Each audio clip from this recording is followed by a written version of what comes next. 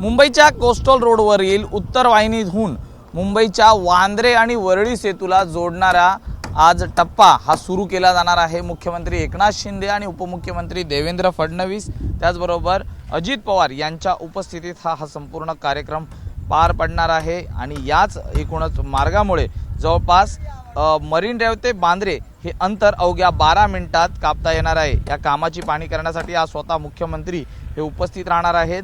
महत्त्वाचं म्हणजे बिंदू माधव चौकातून हिरवा कंदील दाखवल्यानंतर हा मार्ग वाहतुकीसाठी खुला केला जाणार आहे। या मार्गामुळे मरीन ड्राइव्हहून ते वांद्र्यापर्यंत पोहोचण्यासाठी अवघा 12 मिनिटात पोहोचता येणार आहे।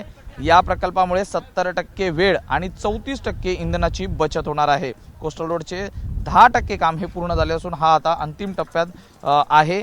या प्रकल्पामुळे प्रिन्सेस स्ट्रीट फ्लायओव्हर ते वरळी सीलिंग असा जवळपास 10.58 किमी लांबीचा कोस्टल रोड बांधण्यात आला आहे आणि मरीन ड्राइव्ह ते हाजी अलीपर्यंत 6.25 किमीचा मार्ग हा सुरू झालेला आहे। तर आता याच मार्गावरील सागरी मार्गाला पुढे असणारा 4.5 किमी लांबीचा वांद्रे वरळी सीलिंगला जोडणारा हा महत्त्वाचा टप्पा आहे। या प्रकल्पामुळे लवकरच वाहनांना मरीन ड्राइव्हहून थेट वांद्रे येथे जाता येणार आहे। त्याचबरोबर हे जे गर्डर आहे हा यातील प्रमुख आणि म्हणजेच मुख्य टप्पा ओळखला जातो। तो 136 मीटरचा पट्टा आहे। सर्वात मोठ्या बोस्टिंग आर्चर्ड गर्डरने जोडण्यात आलेला आहे। 2000 मेट्रिक टन वजनाचा हा महाकाय गर्डर हा जोडण्यात आलेला आहे। आपण पाहू शकता हे संपूर्ण काम आता शेवटच्या टप्प्यात आहे।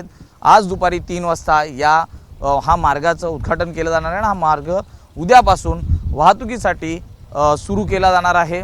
या ठिकाणी आज मुख्यमंत्री येणार आहेत उद्घाटन प्रसंगी, त्यामुळे सजावटीचं काम देखील सुरू आहे।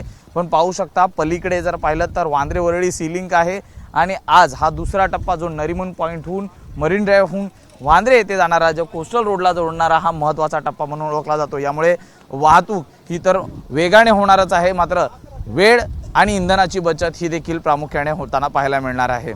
व्हिडिओ जर्नलिस्ट दीपेश महाजनसह मी सूरज सावंत, एबीपी माझा, मुंबई। एबीपी माझा, उघडा डोळे बघा नीट।